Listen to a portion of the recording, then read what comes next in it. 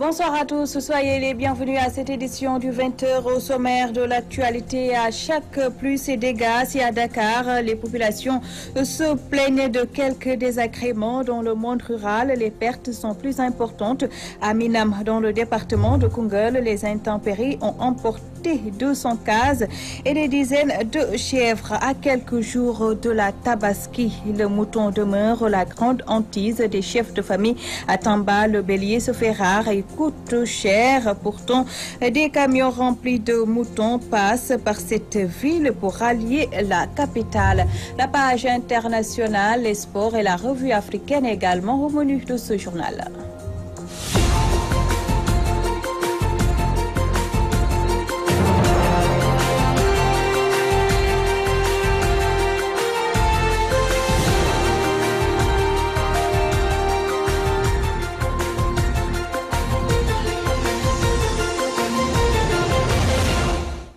Merci de vous joindre à nous. Plus de 200 cases et des chèvres emportées par les fortes pluies. Ça se passe au village de Minam, dans le département de Koungheul. Sur place, c'est la tristesse et la désolation. Le chef de village, Baye Mohamed Gueye, est joint par Safiatou Sissé.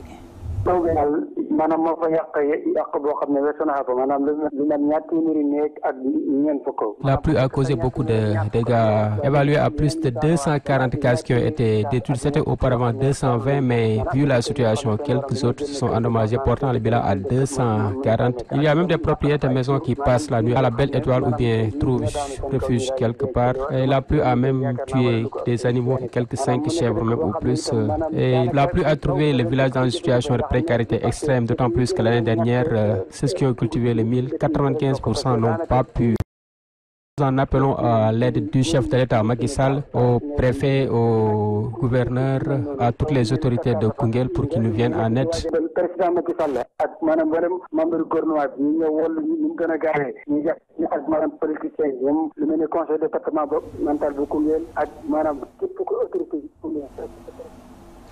Dans certains quartiers de la banlieue de Dakar, les fortes pluies indisposent les populations à Wakhinane Nimzatt ou Thiaroye Tali Diallo. Les déplacements sont devenus très difficiles, nous dit Théodore Semedo. La forte pluie tombée ce jeudi matin a engendré des désagréments au quartier Wakhinane et Nimzatt de la commune de Pikine-Est, où plusieurs ruelles et maisons sont inondées. Nous sommes fatigués, nous avons évacué beaucoup d'eau des maisons avec de nos propres moyens. Vraiment, nous n'en pouvons plus. Depuis ce matin, on est en train d'évacuer l'eau. On en a assez. Et même les enfants n'ont pas pu aller à l'école à cause des inondations. Les populations désemparées sollicitent l'appui de la municipalité, mais aussi de l'État pour l'éradication définitive des eaux dans cette localité. Si une personne nous aide, nous serons preneurs. Le maire Issa Diop doit intervenir de même que l'État. Nous voulons que l'État nous vienne en aide avec des canalisations pour que dès qu'il pleut, l'eau puisse être évacuée. Dans certaines communes de la banlieue comme Thiaroye Gare, les routes sont complètement envahies par les eaux pluviales. C'est le cas à Thiaroye Tali Diallo, ce qui rend difficile la mobilité urbaine. Théodore Semedo, Pikine, Walfadjri. Je vous le disais en titre, à quelques jours de la Tabaski, le mouton ne bêle pas encore à Tambacounda. Le Grand Forail et les points de vente ne sont pas bien approvisionnés. Les clients qui se font désirer se disent inquiets face à la rareté du mouton. Les détails dans cette correspondance de Alassane Diallo. À quelques jours de la Tabaski, le mouton ne bêle pas encore dans les différents points de vente de la capitale orientale. Outre la rareté du mouton, les clients se font également désirer. Je suis téfanqué, vous avez constaté de vous-même, notre forail n'est pas bien approvisionné. Les clients se font très rares. De toute façon, nous sommes ici et nous les attendons avant le jour J. J'espère qu'ils vont venir. Et cette année, l'année dernière et cette année, j'ai remarqué qu'il y en a moins, il n'y en a pas beaucoup. Le mouton se fait rare parce que, comme je l'ai dit, il y a 2 ans de cela, les moutons foisonnaient à côté de la voie ferrée. Mais l'année dernière et cette année, il n'y en a pratiquement pas. Là, ça risque d'être un peu difficile parce que moi, je n'ai pas vu de mouton là jusqu'à présent.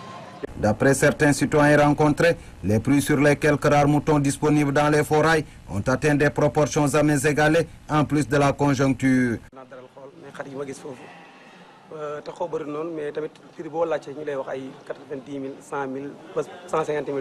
Je me suis promené au foirail pour me renseigner, mais j'ai vu des moutons qui sont assez chers, maintenant de la poche du client, mais je me suis rendu compte qu'il y a vraiment des prix un peu chers. Bon, moi j'ai pu acheter des moutons, mais à bas prix, mais ce n'est pas de gros moutons. C'est des moutons juste commandés par la religion pour la Tabaski. Mais je ne peux pas avoir de moutons moins chers que 70 000, ce n'est pas possible.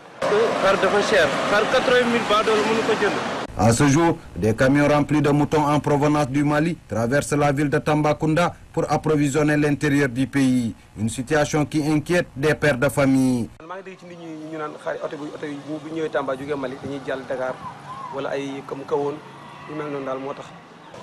Donc, bon, cette année encore, je ne sais pas ce qui arrivera, mais dans tous les cas, ça risque d'être un peu difficile. Parce que je vois des camions qui passent, n'est-ce pas, qui transportent des moutons à destination peut-être de Kaolack ou de Dakar.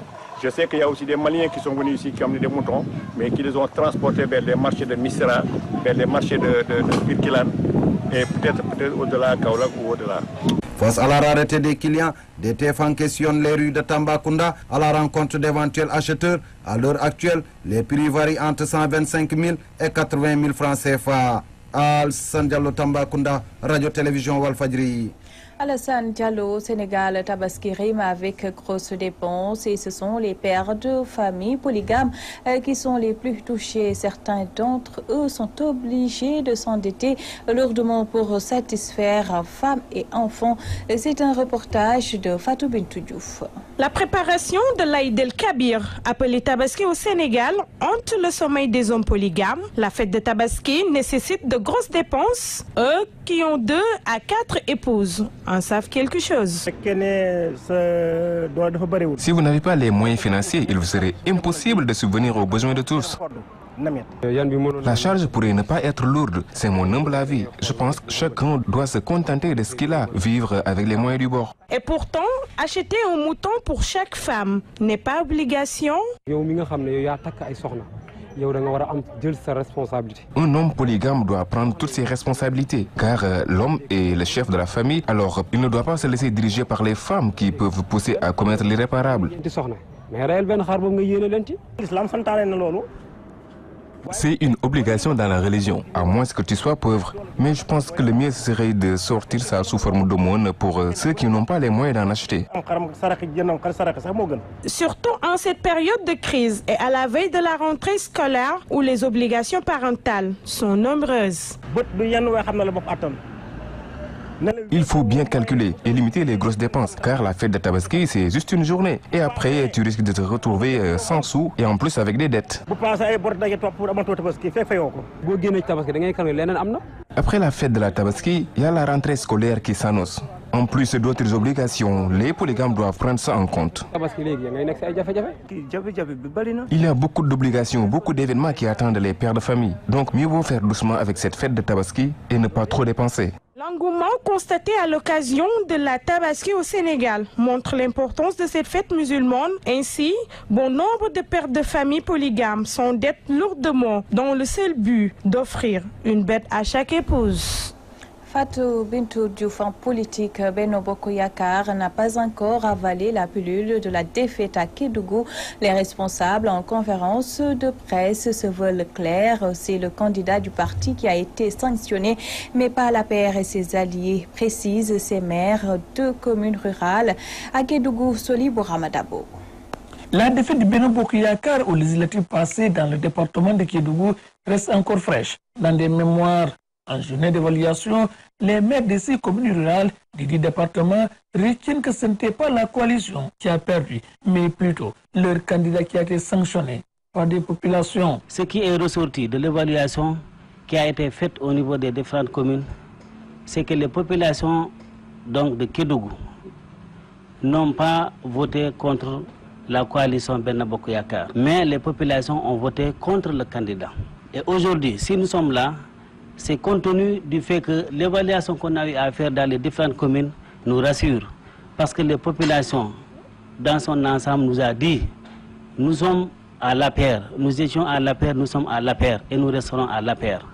Si cette fois-ci, on a voté contre le candidat, ce n'est pas contre le parti que nous avons voté, mais c'est contre le candidat de la coalition Benno Bokk Yakaar.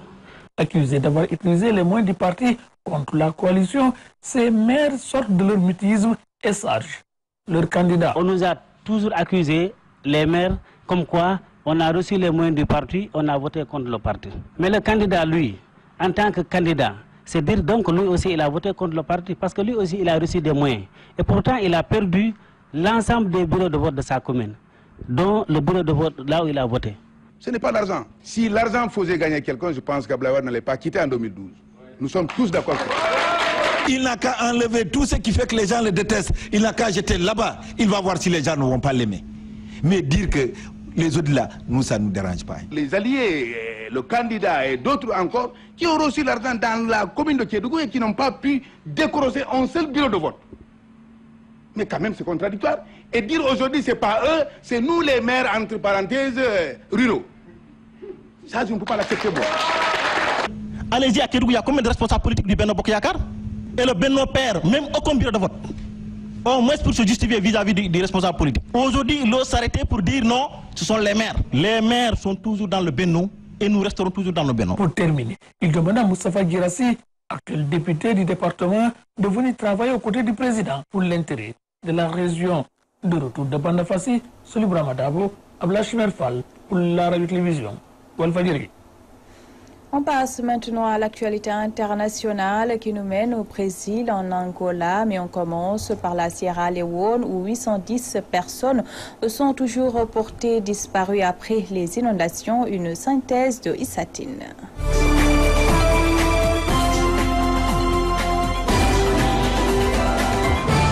11 jours après les inondations catastrophiques en Sierra Leone, 810 personnes sont toujours portées disparues, a annoncé ce jeudi le porte-parole du gouvernement Abdoulaye Bayratay, et le bilan des morts confirmés vient de dépasser légèrement le nombre de 500. L'armée et des experts venus notamment d'Espagne vont continuer à rechercher des corps ensevelis sous les habitations effondrées par les coulées de boue survenues la nuit du 13 au 14 août. La plupart des familles souhaitent récupérer les corps de leurs proches pour les enterrer. Le mouvement pour la libération de l'Angola au pouvoir depuis près de 40 ans remporte les élections avec un taux de 64,57% des voix selon les chiffres de la Commission nationale électorale, loin devant UNITA qui obtient 24,04%. La participation s'élève à 76,84%. Le candidat Joao Lourenço succédera à la tête du pays au président José Eduardo dos Santos qui a décidé de quitter le pouvoir après un règne sans partage de 38 ans. Et puis au Brésil, au moins 22 personnes ont été tuées dans un naufrage d'un ferry dans la région de Bahia dans le nord-est du pays. Un décompte qui s'ajoute aux 19 morts d'un premier naufrage survenu plus tôt dans la journée dans la région de Pará dans le centre du Brésil.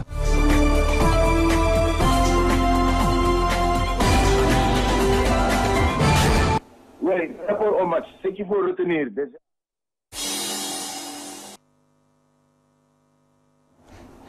Dans l'actualité sportive, on va parler d'abord des quarts de finale de l'Afro-Basket Dames. Les Lions jouent demain vendredi contre le Cameroun. Un match revanche pour les Camerounaises qui en 2015 avaient été battues en finale par le Sénégal. Les protégés de Moustapha Gaye ont concédé hier leur première défaite en phase de poule. Le coach adjoint de la ville de Dakar, Ousmane Diallo, analyse le match au téléphone de Fatoumata Sey.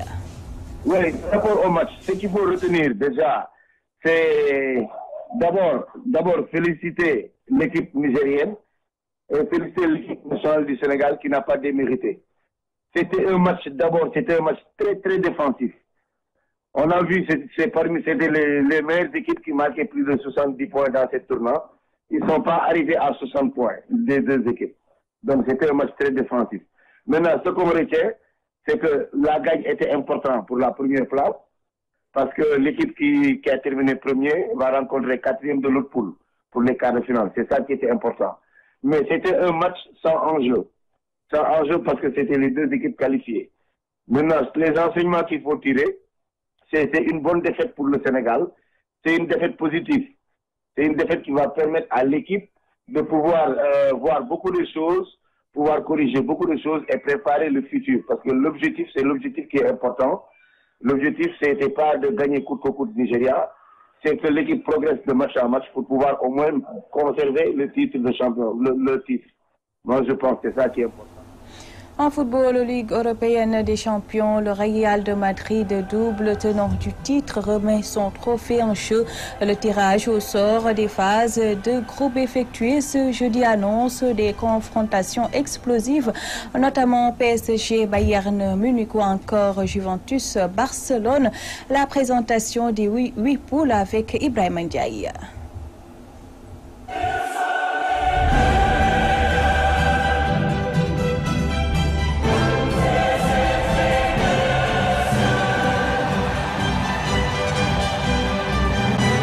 La 63e édition de la Champions League est lancée. Le tirage au sort des phases de poule a eu lieu ce jeudi. La poule A est composée du Benfica de Lisbonne, champion du Portugal, Manchester United, FC Bâle et CSKA Moscou. Dans le groupe B, on retrouve le Bayern Munich, Paris Saint-Germain, Anderlecht et Celtic Glasgow. La poule C est composée de Chelsea, champion d'Angleterre, Atlético Madrid, AS Roma et Karabakh, qui est le premier club de l'Azerbaïdjan à jouer les phases de poule de la Ligue des Champions. Dans la poule D, on a les retrouvailles entre Juventus de Turin et FC Barcelone. Ces deux mastodontes ont pour objectif la première place. Olympiakos Le Pirée et Sporting Portugal complètent le groupe D. La poule F est constituée du Spartak Moscou, champion de Russie, FC Séville, Liverpool et Maribor. Le Shakhtar Donetsk, champion d'Ukraine, est logé dans le groupe F en compagnie de Manchester City, Naples et Feyenoord de Rotterdam. L'AS Monaco, champion de France en titre, va évoluer dans le groupe G avec l'FC Porto, Besiktas et RB Leipzig. Et dans le groupe H, la dernière des poules, on retrouve le Real de Madrid, double tenant du titre, qui sera accompagné du Borussia Dortmund, Tottenham et Apoel Nicosie. La dernière poule de ce tirage au sort est sans nul doute le groupe de la mort.